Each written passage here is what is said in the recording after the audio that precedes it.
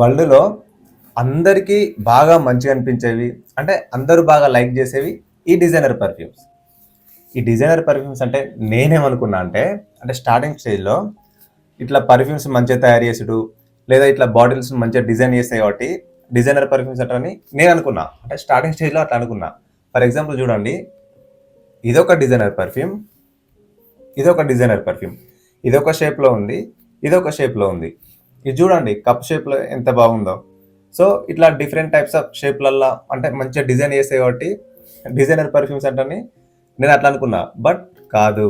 ఆ తర్వాత నాకు తెలిసిన విషయం ఏంటంటే, డిజైనర్ పర్ఫ్యూమ్స్ అంటే ఒక కంపెనీ డ్రెస్సులు, కాస్మోటిక్ ప్రోడక్ట్స్, యాక్సెసరీస్, ఫుట్వేర్ ఇట్లా రకరకాల ఫ్యాషన్కి సంబంధించినవి డిజైన్ చేస్తుంది. సో ఇది డిజైన్ కంపెనీ.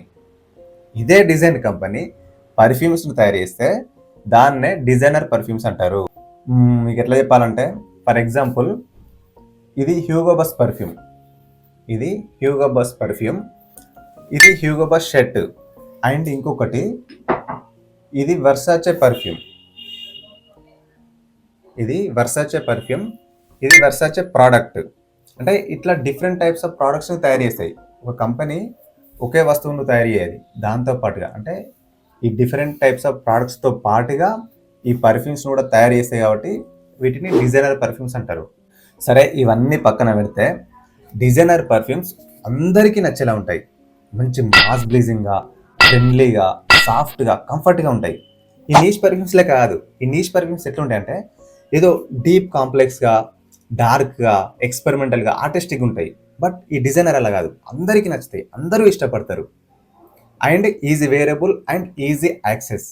ఇక్కడ ఇంకొక విషయం ఏంటంటే, ఈ డిజైనర్ పర్ఫ్యూమ్స్ ప్రైస్ నీష్ పర్ఫ్యూమ్స్తో పోల్చుకుంటే చాలా చాలా తక్కువ. ఫర్ ఎగ్జాంపుల్ జేర్జాఫ్ నెక్సస్, ఇది నీష్ పర్ఫ్యూమ్. ఇది అరౌండ్ ఒక 20 to 25,000 మధ్యలో కొంచెం అటు ఇటుగా ఉంటుంది.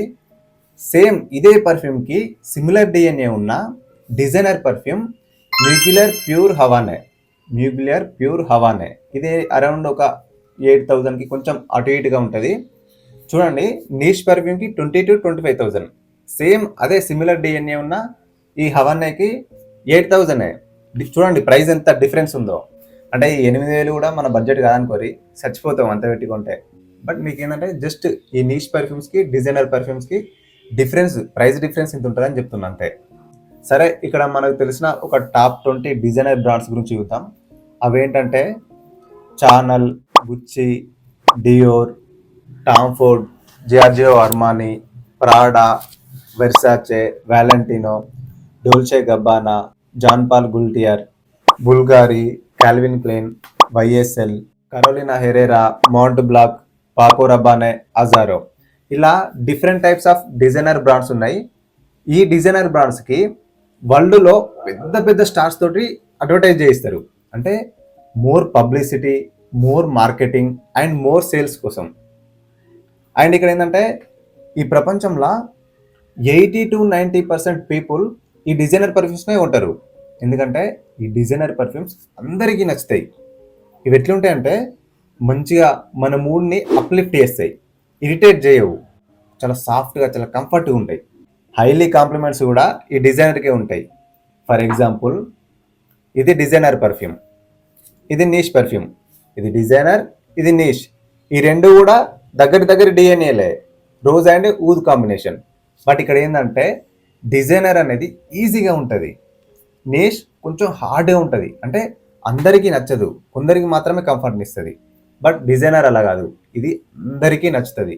అండ్ ఇక్కడ ఇంకొక విషయం ఏంటంటే డిజైనర్ పర్ఫ్యూమ్స్ ఆన్లైన్లో అయినా ఆఫ్లైన్లో అయినా ఈజీగా దొరుకుతాయి మనకు.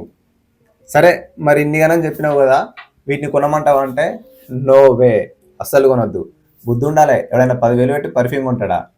ఇంతకన్నా పైసలు వేస్ట్ పని ఇంకొకటి ఉండదు. నా ఎక్స్పీరియన్స్ ప్రకారం ఒక పర్ఫ్యూమ్కి 2,500 to 3,000 ఇదే లాస్ట్ బడ్జెట్. సరే, నేను ఇంకొక పార్ట్ 3 వీడియో కూడా వేస్తా. ఈ పార్ట్ 3లో అండర్ 3Kలో ఏ పర్ఫ్యూమ్స్ ఉన్నాయో, అంటే ఏమేమి ఉన్నాయో మొత్తం బయట పడుతుంది. అన్నింటి గురించి క్లియర్ కట్గా చెప్తా. బట్ మిమ్మల్ని మాత్రం వేలకు వేలు పైసలు అస్సలు ఖర్చు పెట్టనివ్వను, నన్ను నమ్మండి.